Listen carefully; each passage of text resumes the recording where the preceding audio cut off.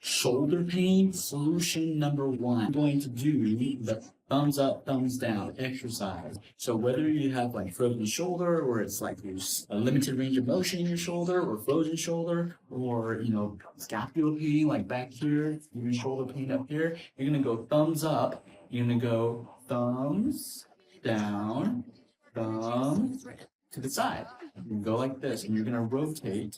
You're gonna do this 30 times. This is gonna help exercise the muscles, the small muscles, tendons that are in that shoulder, the shoulder joint, and also exercises these muscles back here, because these also, you'll feel it flex up here. So do this 30 times, at least 3 times a day. Solution number 2, number dose. All right. So whatever is weakness, muscle weakness, whatever you got, shoulder pains, muscle tightness, you're going to do the low rata exercise. Now, if you have a tear, if you have any partial tear or definitely a full-on tear, don't do this. Check with your physician first. But if you know for sure you don't have a tear, you can do the low rider. I just call it the low rider. It looks like this. See? In and out, right? You can get your knees involved to exercise your knees at the same time. This will really loosen up the tendons and muscles in the shoulder joint just by doing this.